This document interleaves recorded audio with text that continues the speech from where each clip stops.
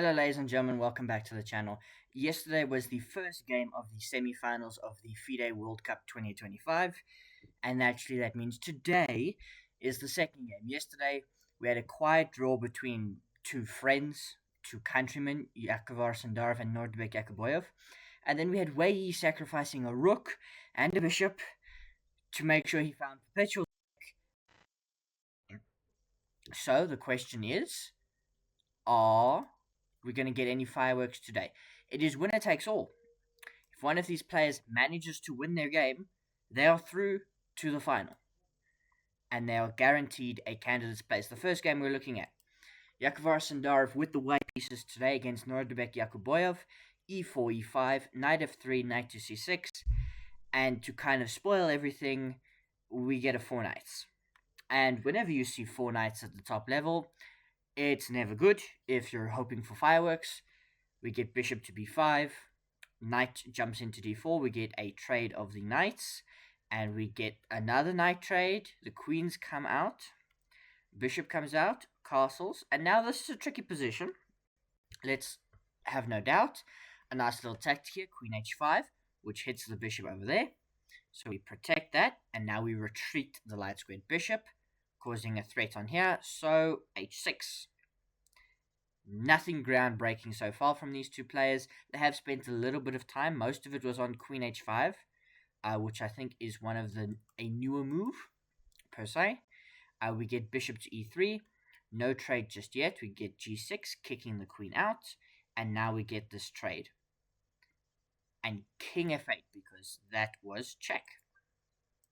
In case you didn't notice. So king f8. Now you might say, ooh, black on castle. White's going to push. White's not going to push. White does have a slightly damaged structure here on the queen side with their 4-on-4. But you've got a 3-on-3 here. You've got same color bishops. You've still got the heavy pieces on. We offer a queen trade. And we get king g7. Very nice move. If you take, my king becomes active, actually. Because we would be entering an endgame. So we get rook fe1. And now queen takes d4, which fixes that structure for white. Bishop to d7, f3, rook h e8, king to f2, a trade of one set of rooks, and a trade of another set of rooks. Ladies and gentlemen, if you think one of these players is going to win the position from here, I'm very sorry to disappoint you. We had king to e3. They're still playing. f5, f4, king f6, h4, h5, g3, king e7, c3, bishop f7, and both basically, Sindarov knew he has a light squared bishop, so he just puts all his pawns on dark squares, which really counteracts Nodirbek's bishop, but he can't actually break in to target any of these, and like all these guys can go on dark squares, so there's not really much you can do. We get b5. Now you might be like, oh yes, I can, start weakening stuff. No, you can't. Because we get b4, d5, locking everything down. And after king c2, king c7, we got king b3. And a draw offer. Because quite frankly, you can't break through. a6, and there's nothing. You can't push anything because you lose. And equally, black can't push anything. And there is no way for the kings to get through. This is the only file with no pawns, and the kings can't get to either of these two squares, and the bishops can't get out. They're penned in. So these two players made a quiet draw. But this was not the game that yielded fireworks. Wei Yi's game yielded fireworks yesterday. So were there more fireworks? Was there a really intense game? And do we have our first confirmed finalist for the FIDE World Cup? Esipenko, Wei Yi, the number 1 of China. He's got the black pieces, has Wei Yi, e4, e5, knight f3, knight f6. So not a 4 knights, but a Petrov. Now, if white wanted to be boring, they could play knight to c3. But no, we get a mainline Petrov, knight takes e5, d6, knight drops back, and now knight takes. Now, the traditional line is d4. That's the main line. But then we get a sideline today from Esipenko, which is knight to c3. And we get this trade with bishop to e7. Now look at that, bishop to f4, knight to c6, queen d2, bishop e6, and long castles. You might say, wait, doesn't that hang upon? It doesn't, because if bishop takes, your bishop gets trapped. It's still not horrible, because you can try and rescue it with a5, but it's probably not worth going down here, because you've got to play a4, takes, king b3, and this is level. I mean, it's playable as black, but there's no need to go into it in such an important match. So we simply get queen to d7, now bishop to e2, and long castles. Both sides castling long, as they did yesterday. In the French defense, knight to g5, looking to secure one of the bishops. Bishop takes, bishop takes. White now has two bishops. We get f6, bishop to e3, and h5. And Wei Yi is fully prepared to attack on the king side, as what happened yesterday with the black pieces. Esipenko with the black pieces attacking on the king side. So we get b3, queen f7, and now after bishop to b5, bishop to d7, rook he1, rook he8, we get king b2.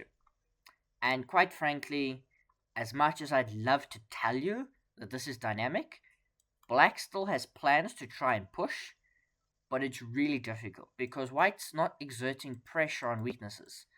Like, black hasn't caused damage to their structure. White does have this kind of damage, but it's serving really well to shield the king.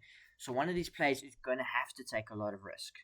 So a6, bishop to f1. There's no need to give up your slight advantage. Your advantage is two bishops.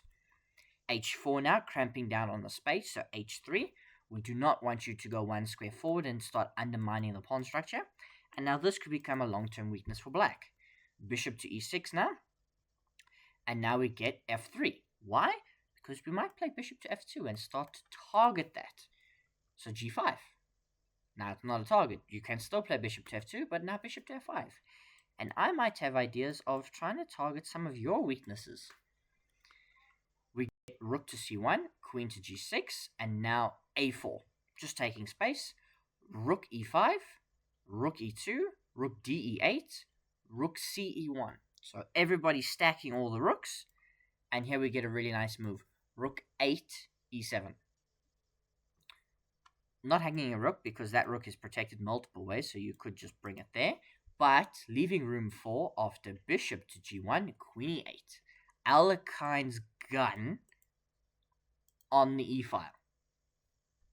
But what that leads to is bishop to h2, rook takes, rook takes, rook takes, bishop takes.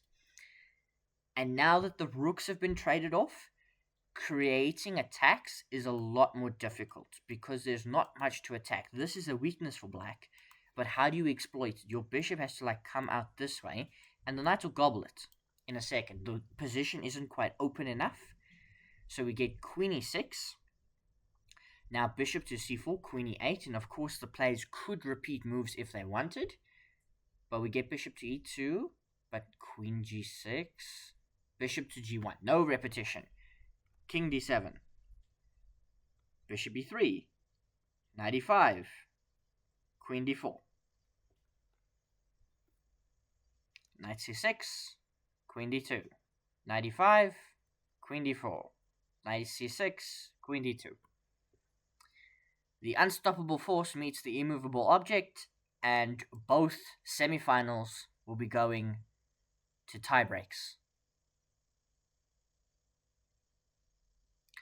Not that the players didn't want to play. I think that's important. Not that the players didn't want to play, but in the classical games, it is really, really hard when you get these level positions to know how much pressure to put. If these players had to win, they would have played on longer, they would have made different decisions. But in chess, you have to be objective. They were playing objectively the best move according to the position. Not trying to win, not trying to beat the other person, but objectively, what is the best move? What is the best plan? And sometimes that's just what happens in chess. Top players meet and they make a draw. Because they don't... Losing loses you everything here. You try to push for a win, you lose everything. You can take a draw and go to tiebreaks. And I think both sets of players were happy to do that. And it means we're in for a very exciting day of tiebreaks tomorrow.